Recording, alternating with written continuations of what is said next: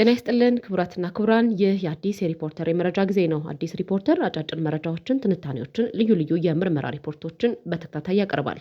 አሁን ወደ ዕለቱ መረጃዎች እናመራለን። መልካም ቆይታ።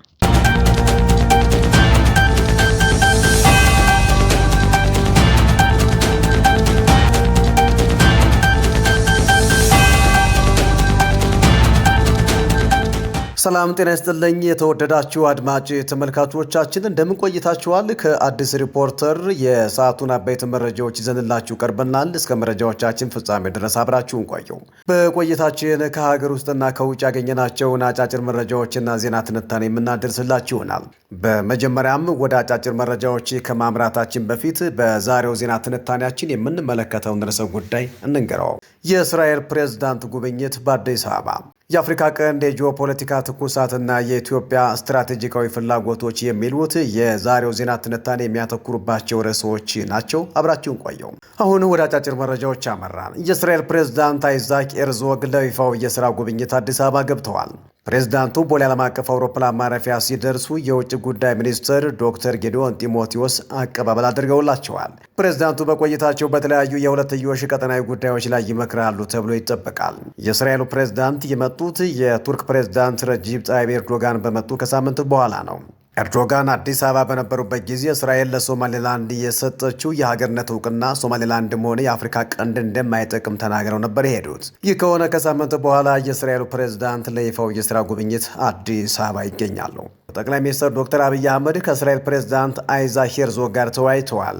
ጠቅላይ ሚኒስትር ዶክተር አብይ አህመድ በማህበራዊ ትስስር ገጻቸው ባስተላለፉት መልእክት ዛሬ ወደ ኢትዮጵያ ለይፋዊ ጉብኝት የመጡትን የእስራኤል ፕሬዝዳንት አይዛክ ሄርዞግን ተቀብዬ ፍሬያማ ውይይት አድርገናል ብለዋል። የኢትዮጵያና የእስራኤል ግንኙነት በማጤን በወል ፍላጎታችን ላይ ተመስርተን ትብብራችንን የምናሳድግባቸው መንገዶች ተመልክተናል ሲሉም ገልጸዋል። ፕሬዝዳንት ታዬ አጽቀሥላሴ ከእስራኤል ፕሬዝዳንት አይዛክ ሄርዞግ ጋር ተወያይተዋል። ፕሬዝዳንት ታዬ በማህበራዊ ትስስር ገጻቸው ባሰፈሩት መረጃ ዛሬ ወደ ኢትዮጵያ ለይፋዊ ጉብኝት ከመጡት የእስራኤል ፕሬዝዳንት አይዛክ ሄርዞግ ጋር መወያየታቸውን ገልጸዋል። በዚህም በኢትዮጵያና በእስራኤል መካከል ያለውን የሁለትዮሽ ግንኙነት የሚያጠናክር ውይይት ማድረጋቸውን አመልክተው በሁለቱ ሀገራት ታሪካዊና የባህል ትስስር ላይ ትኩረት በማድረግ መምከራቸውን ጠቁመዋል።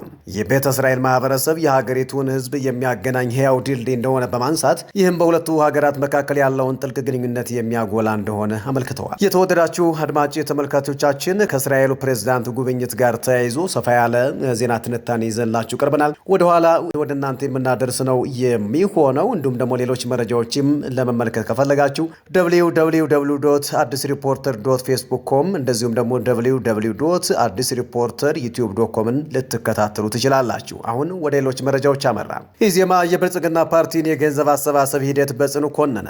የኢትዮጵያ ዜጎች ለማህበራዊ ፍትህ ኢዜማ ገዢው የብልጽግና ፓርቲ ለመጪው 7ኛው ሀገራዊ ምርጫ የሚውል የገንዘብ ድጋፍ ከነጋዴው ማህበረሰብ በአስገዳጅነትና በማስፈራራት እየሰበሰበ ነው ሲል ከሷል።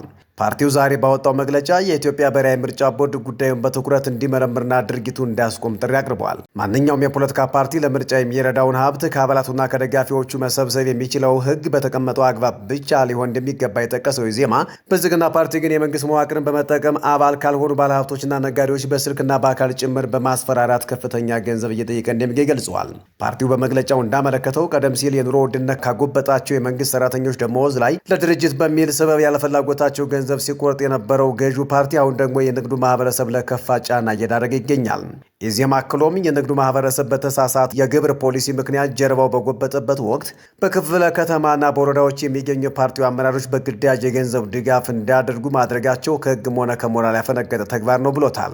ገዢው ፓርቲ ለመድብለ ፓርቲ ስራ ግንባታ ቁርጠኝነት ካለው የመንግስትና የህዝብን ሀብት ለፓርቲ ዓላማ ማዋል ማቆም እንዳለበትም አሳስበዋል። የኢትዮጵያ ብሔራዊ ምርጫ ቦርድ ይህንን መሰል የህግ ጥሰት በዝምታ ማለፍ እንደሌለበትና የተሰጠውን ስልጣን በመጠቀም ድርጊቱን በአስቸኳይ እንዳያስቆም ኢዜማ ጥሪውን አስተላልፈዋል። ከውጭ ያገኘናቸው መረጃዎች ወደ እናንተ የምናደርስበት ሰዓት ላይ እንገኛለን። ቶጎ የቅኝ ግዛት ዘመን የቀን መቁጠሪያን በማስወገድ የአፍሪካ አዲስ ዓመት እንዲታወጅ ጥሪ ያቀረበች። ሀገሪቱ ከአፍሪካ ህብረት ጋር በመተባበር የአፍሪካ አዲስ ዓመትን ጨምሮ ሌሎች አህጉራዊ በዓላት የሚታወጅበትን ሁኔታ በተመለከተ ከባለሙያዎች ጋር ውይይት ለመጀመር ማቀዷን የቶጎ የውጭ ጉዳይ ሚኒስትር አስታውቋል። የቅኝ ግዛት ፖሊሲዎች የአፍሪካን ማንነት አዛብተውታል ሲል ሚኒስትሩ በመግለጫው አጽንኦት ሰጥቶታል። በመሆኑም በአዲስ የባለብዙ ዋልታ ዓለም ውስጥ የአፍሪካ ስልታዊ ግቦች ከተባሉት ውስጥ የቀን አቆጣጠር ሉዓላዊነትን ማስመለስ፣ የጥንታዊ የጊዜ አቆጣጠር ስርዓቶችን ወደ ነበሩበት መመለስ፣ የአፍሪካ በዓላት እንደ ቻይናውያን አዲስ ዓመት ወይም እንደ አይሁዳውያን ሮሽ ሃሻና ሁሉ ዓለም አቀፋዊ እውቅና እንዲያገኝ ማድረግ የሚሉ ይገኙበታል።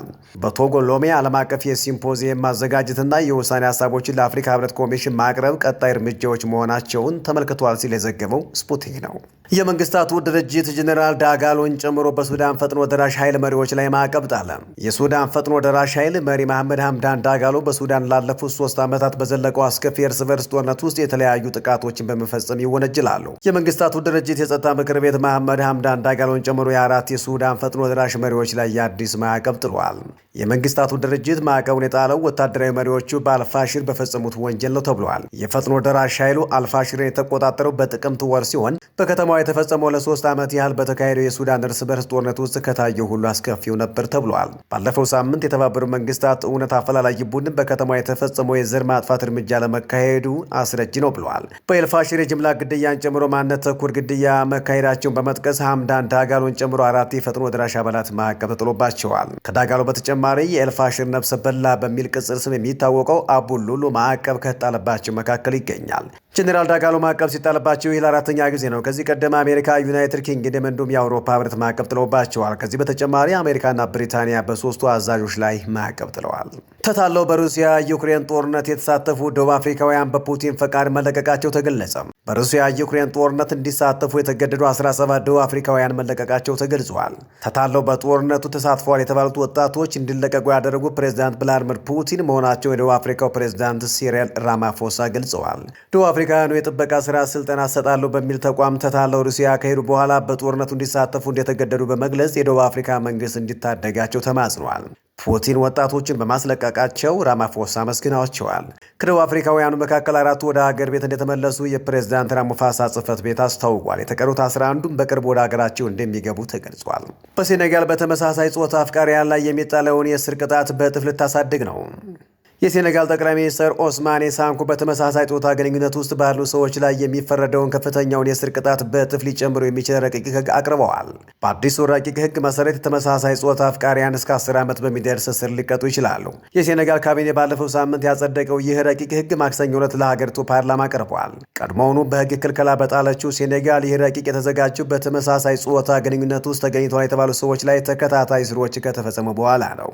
ጠቅላይ ሚኒስትር ሳንኩ በፓርላማ ለህግ አውጪዎች ያደረጉ ንግግር አዲሱ ህግ ከተፈጥሮ የተቃረነ ድርጊት ሲሉ የጠሩትን ተግባር ከ5 እስከ 10 ዓመት በሚደርስ እስር የሚቀጣ እንደሆነ ገልጸዋል። በነባሩ ህግ ግን የሚያስቀጣው ከ1 እስከ 5 ዓመት በሚደርስ እስር ነበር። ድርጊቱ በእድሜ ካልደረሱ ልጆች ጋር የተፈጸመ ከሆነ ከፍተኛውን ቅጣት ያስወስናል ሲሉ ተናግረዋል። የመብት ተሟጋቾች በበኩላቸው ረቂቅ ህጉን ተችተዋል። የተመሳሳይ ጾታ ግንኙነት ተሟጋች መሆን እንደ የውጭ ጣልቃ ገብነት በሚቆጠርባት ወግ አጥባቂዋ ሴኔጋል ውስጥ ተመሳሳይ ጾታ ግንኙነት መብትን በተመለከተ የሚደረግ ክርክር ውጥረት የሚፈጥር ጉዳይ ነው። በቅርብ ዓመታት የሃይማኖት ተቋማት ከፍተኛ ቅጣት እንዲጣል የሚጠይቁ ሰልፎችን አካሂደዋል። ሄዝቦላ በአሜሪካና ኢራን ጦርነት ውስጥ ከተሳተፈ እስራኤል ሊባኖስ ላይ ጥቃት እንደምትፈጽም ማስጠንቀቋ ተነገረ። የሄዝቦላ ተዋጊዎች ሄዝቦላ በማንኛውም መንገድ በአሜሪካና ኢራን ጦርነት ውስጥ የሚሳተፍ ከሆነ እስራኤል አየር ማረፊያን ጨምሮ የሲቪል መሰረተ ልማቶችን ኢላማ ያደረገ ጥቃት በሊባኖስ ላይ እንደምትፈጽም ማስጠንቀቋን የዜና ወኪሉ ሮይተርስ ዘግቧል። ሮይተርስ ያነጋገራቸው 2 የሊባኖስ ከፍተኛ ባለስልጣናት እስራኤል የማስጠንቀቂያ መልእክቷን ያደረሰችው ቀጥተኛ ባልሆነ መንገድ እንደሆነ ገልጸዋል ተብሏል።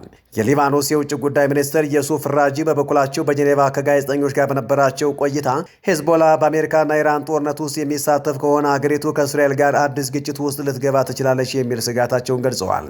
የውጭ ጉዳይ ሚኒስትሩ በኢራን የሚደገፈው ሄዝቦላ በምንም አይነት የዋሽንግተንና የቴህራን ውጊያ ውስጥ ተሳትፎ እንዳያደርግ ማሳሰባቸውን አሶሺየትድ ፕሬስ ዘግቧል። የተወደዳችሁ አድማጭ ተመልካቾቻችን ይህ ዜና ወደ እናንተ እየደረሰላችሁ የሚገኘው ከአዲስ ሪፖርተር ነው። አሁንም ወደ ቢዝነስ መረጃችን እናልፋለን። የኢንዱስትሪ ፓርኮች ባለፉት 10 ዓመታት ለ80 ሺህ ዜጎች የሥራ ዕድል መፍጠራቸው ተገለጸ። ፓርኮቹ ምርቶችን ከማምረትና ዓለም አቀፍ ገበያ ከማቅረብ ባለፈ የውጭ ምንዛሪ በማስገኘትና ለዜጎች የሥራ ዕድል በመፍጠር ሀገሪቱን እየጠቀሙ እንደሆነ የኢንዱስትሪ ፓርኮች ልማት ኮርፖሬሽን ፍስሐ ይታገሱ ለሀገር ውስጥ ሚዲያ ተናግረዋል። በአሁኑ ወቅት ከ200 በላይ ባለሀብቶች በፓርኮቹ ውስጥ መሰማራታቸውና ባለፈው በጀት ዓመት ብቻ ከ4 ቢሊዮን ብር በላይ ገቢ መገኘቱን ጨምረው ገልጸዋል። በተጨማሪም ከፓርኮችና ከልዩ የኢኮኖሚ ቀጠናዎች ለውጭ ገበያ ከቀረቡ ምርቶች 124 ሚሊዮን ዶላር ገቢ ተገኝቷል። አሁን ደግሞ ወደ መጨረሻ የስፖርት መረጃ አለፍን። በውዝግብ የታጀበው ተጠባቂው የመልስ ጨዋታ ዛሬ ምሽት ይካሄዳል። በአውሮፓ ቻምፒየንስ ሊግ የቅድመ ጥሎ ማለፍ የመልስ ጨዋታ ዛሬ 4 ጨዋታዎች ይደረጋሉ። ሪያል ማድሪድ በሳንቲያጎ በርናባው ከቤኔፊካ ጋር ይጫወታል። ማድሪድ በሊዝበን ያደረገውን የመጀመሪያ ጨዋታ 1-0 ማሸነፉ ይታወሳል። ታዲያ የዛሬው ምሽት የመልስ ጨዋታ በብዙ ምክንያቶች ትኩረት ስቧል። በሊዝበን በተደረገው የመጀመሪያ ዙር ጨዋታ አርጀንቲናዊ የቤኔፊካ ተጫዋች ክሪስቲያን ቪኒሺየስ ጁኒየር ላይ ዘረኝነት ጥቃት ሰንዝሯል በሚል ጨዋታው ለደቂቃዎች መቋረጡና እንደገና መቀጠሉ ይታወቃል። ይህንን ተከትሎ የእግር ኳሱ ቤተሰብን ጎራ ለይቶ ያነጋገር ድርጊት ሆኖ ሰንብቷል። የዘረኝነት ጥቃቱን የሰነዘረው ተጫዋችም ቅጣት የጣለበት ሲሆን ለዛሬው መልስ ጨዋታ ወደ ማድሪድ አላመራም። በሌላ በኩል የቀድሞው የማድሪድ እና የቼልሲ ውጤታማ ሰው የአሁኑ የቤኔፊካ አሰልጣኝ ዦዜ ሞሪኖ የዛሬውን ተጠባቂ ጨዋታ በቀይ ካርድ ምክንያት ቡድኑን አለመምራቱ ነው። ሞሪኖ የተሰጠው ቀይ ካርድ አግባብ አለመሆኑን ሲሞግት ነበር። ሆኖም በብዙ አጀንዳዎች የታጀበው የመልስ ጨዋታ ምሽት 5 ሰዓት ላይ በሳንቲያጎ በርናባው ይደረጋል። በሌላ ጨዋታ አታላንታ ከቦሩሲያ ዶርትመንድ ምሽት 2:45 ላይ በቤርጋሙ ጨዋታቸውን ያደርጋሉ። ሁለቱ የፈረንሳይ ክለቦች ፒኤስጂ እና ሞናኮ ምሽት 5 ሰዓት ላይ በፓርክ ደ ፕሪንስ የሚገናኙበት ጨዋታም ሌላኛው ጠባቂ ጨዋታ ነው። ሁለቱ ቡድኖች በተገናኙበት የመጀመሪያው ጨዋታ ፒኤስጂ 3-2 ማሸነፉ ይታወሳል። በተመሳሳይ ሰዓት ባለፈው ሳምንት ወደ ቱርክ አመርቶ በጋላታሳራይ 5-2 ሽንፈት የደረሰበት ዩቬንቱስ በቱሪን የመልስ ጨዋታውን ያደርጋል። አሮጊቶቹ ውጤቱን ቀልብሰው ለማለፍ ከ3 በላይ ግቦችን አስቆጥረው ማሸነፍ ይጠበቅባቸዋል።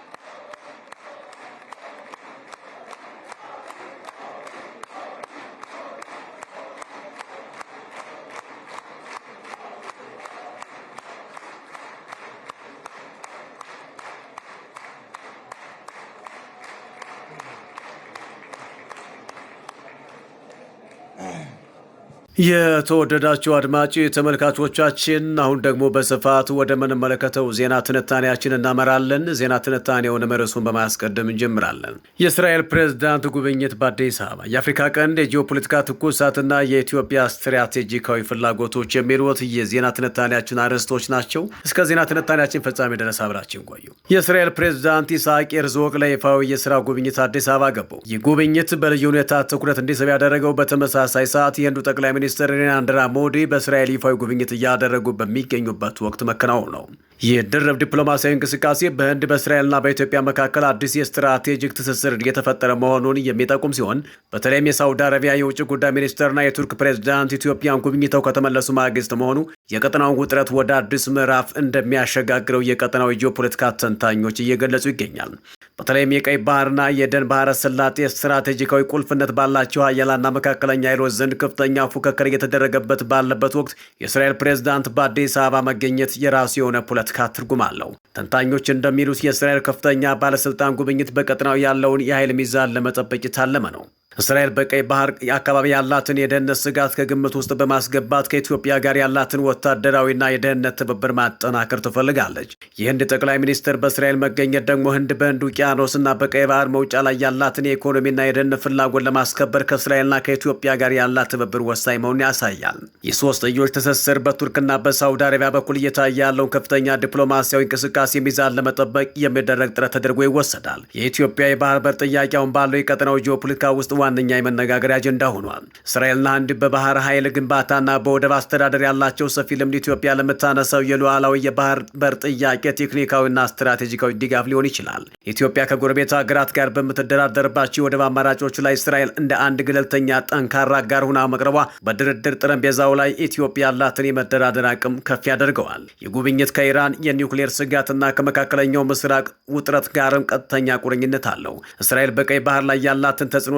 ለማሳደግ በምታደርገው ጥረት ውስጥ ኢትዮጵያ ቁልፍ አጋር ናት። የሳውዲና የቱርክ እንቅስቃሴ በቀጠናው ላይ ያላቸውን የኃይል ሚዛን ሊያዛባው ይችላል የሚል ስጋት ያላት እስራኤል ከአዲስ አበባ ጋር የምትፈጥረው ጥምረት ለራሷም የደህንነት ዋስትና ነው። ኢትዮጵያም ይህን የእስራኤልን ስጋት ለባህር በር ጥያቄዋና ለቀጠናው የበላይነቷ እንደ ግብዓት ልትጠቀምበት እንደምችል ተንታኞች ይገልጻሉ። በሌላ በኩል የሳውዲ አረቢያና የቱርክ ቀደምት ጉብኝቶች በኢትዮጵያ ላይ ያላቸው ተጽዕኖ ቀላል አይደለም። ሳውዲ በኢንቨስትመንትና በነዳጅ አቅርቦት፣ ቱርክ ደግሞ በመከላከያ ቴክኖሎጂና በመሰረተ ልማት ግንባታ ከኢትዮጵያ ጋር ጥልቅ ትስስር አላቸው። የእስራኤል መምጣት እነዚህ ሀገራት በኢትዮጵያ ላይ ያላቸውን ተጽዕኖ እንዲፎካከሩ ያደርጋል። ይህ ፉክክር ደግሞ ኢትዮጵያ ጥቅሟን ሳታስነካ በብልሃት ከተመራችበት ለኢኮኖሚ እድገቷና ለባህር በር ጥያቄዋ ምላሽ አዳዲስ አማራጮችን ሊያመጣላት ይችላል። የአፍሪካ ቀንድ ጂኦፖለቲካዊ ውጥረት እየጨመረ የመጣው በቀይ ባህር ላይ ያለው ወታደራዊ መገኘት በከፍተኛ ሁኔታ እየጨመረ በመምጣቱ ነው። ኢትዮጵያ የባህር በር በሌላት ሁኔታ እንዲህ ባለው ውጥረት ውስጥ መገኘቷ ከፍተኛ የደህንነት ስጋት ቢሆንባትም ሀገራቱ ለኢትዮጵያ ያላቸው ፍላጎት በመጠቀም የባህር በር ባለቤትነት መብቷን ለማስከበር ምቹ ጊዜ ነው። እስራኤልም ሆነች ሌሎች ሀያላን ሀገራት የቀጠናው ሰላም የሚረጋገጠው ኢትዮጵያ አስተማማኝ የባህር በርና የባህር ኃይል ሲኖራት መሆኑን ሊረዱት ይገባል። በጉብኝቱ ወቅት የተነሱት የደህንነት ትብብሮች በተለይም በሳይበር ደህንነትና በመከላከያ ዘርፍ ላይ ማተኮራቸው ኢትዮጵያ በቀጠናው ላይ ያላትን የኃይል ሚዛን ለማስጠበቅ ያላትን ቁርጠኝነት ያሳያል። እስራኤል በቴክኖሎጂ ዘርፍ ያላት የበላይነት ኢትዮጵያ በምታካሄደው የዲጂታል ጋሻ ግንባታ ላይ ትልቅ አስተዋጽኦ ይኖረዋል። ይህ ደግሞ ቀደም ሲል ስትራቴጂው እንደተጠቀሰው ወጣቱ በትክክለኛው የመረጃ ግንባር እንዲሰለፍና ሀገሩን ከሳይበር ጥቃቶች እንዲከላከል አቅም ይፈጥራል። ይሁን እንጂ የእስራኤል ጉብኝት ከሌሎች የአረብ ሀገራትና ከግብጽ ጋር ያለውን ግንኙነት ሊያሻክረው ይችላል የሚል ስጋትም አለ። ኢትዮጵያ ይህንን ውጥረት ለመቀነስ ሚዛናዊ የሆነ ዲፕሎማሲ መከተል ይኖርባታል። ከእስራኤል ጋር የምታደርገው ስምምነት በሌሎች ላይ ያነጣጠረ ሳይሆን የራሷን ብሔራዊ ጥቅም በተለይም የባህር በርና የደህንነት ፍላጎቷን ለማሟላት መሆኑን በግልጽ ማሳየት አለባት። ይህ ስትራቴጂካዊ ገለልተኝነት በሀያላን ፉክክር ውስጥ ላለመደቆስ ወሳኝ መሳሪያ ነው። የእስራኤል ፕሬዝዳንቱ ጉብኝት ሌላው አንድምታ በታላቁ የህዳሴ ግድብ ድርድር ላይ ሊኖረው የሚችለው ተጽዕኖ ነው። እስራኤል በውሃ ቴክኖሎጂና በአጠቃቀም ላይ ያላት የላቀ ልምድ ኢትዮጵያ የግድቡን ፋይዳ ለዓለም ለማሳየትና የታችኞቹን ሀገራት ስጋት ለመቀነስ በምታደርገው ጥረት ውስጥ ቴክኒካዊ ድጋፍ ሊሆናት ይችላል። ይህ ደግሞ በድርድር ወቅት የሚሰነዘሩ ዲፕሎማሲያዊ ጫናዎችን ለመቋቋም ይረዳል። በአጠቃላይ የአፍሪካ ቀንድ ሀያላን መጫወቻ ሜዳ እየሆነ ባለበት በዚህ ወቅት የኢትዮጵያ የውጭ ፖሊሲ ከፍተኛ ጥንቃቄ ይጠይቃል። የእስራኤል የቱርክና የሳውዲ አረቢያ ፍላጎቶች በአዲስ አበባ ላይ መሰብሰባቸው ኢትዮጵያን በቀጠናው ማዕከልነት እንድትቀጥል ቢያደርጋትም የስጋት ደረጃውን ከፍ ያደርገዋል። ሀገራቱ ከእነዚህ ኃይሎች ጋር የምታደርገው ግንኙነት ሁሉ በዋነኝነት የባህር በር ጥያቄዋን የሚመልስና ብሔራዊ ደህንነቷን የሚያረጋግጥ መሆን አለበት። አዲሱ ትውልድም እንዲህ ያሉትን ዲፕሎማሲያዊ እንቅስቃሴዎች በንቃት መከታተልና የሀገሩን ጥቅም የሚያስከብሩ ትርክቶችን መገንባት ይኖርበታል። የእስራኤል ፕሬዝዳንቱ ጉብኝት ለኢትዮጵያ ዲፕሎማሲያዊ ድል ብቻ ሳይሆን ወደፊት ለሚመጡ ፈተናዎችና ድሎችም ዝግጁ እንድንሆን የሚያሳስብ ደወል። ብሔራዊ ጥቅም የሚከበረው እንዲህ ያሉትን ዓለም አቀፍ አጋጣሚዎች በብልሃት ለራስ ዓላማ መዋል ሲቻል ብቻ ነው። የተወደዳችሁ አድማጮቻችን ለዛሬ ያዘጋጀነው ዜና ትንታኔያችን የተከታተላችሁትን ይመስላል። ነገ በተመሳሳይ ሰዓት በሌሎች ርዕሰ ጉዳዮች እንመለሳለን። በየቀኑ ከቻናላችን ወደ እናንተ የሚደርሱ መረጃዎችን ለመከታተል የቻናላችን ቤተሰቦች ይሁኑ። ላይክ፣ ሰብስክራይብ፣ ሼር በማድረግም ቤተሰቦቻችን ይሆኑ። ቻው።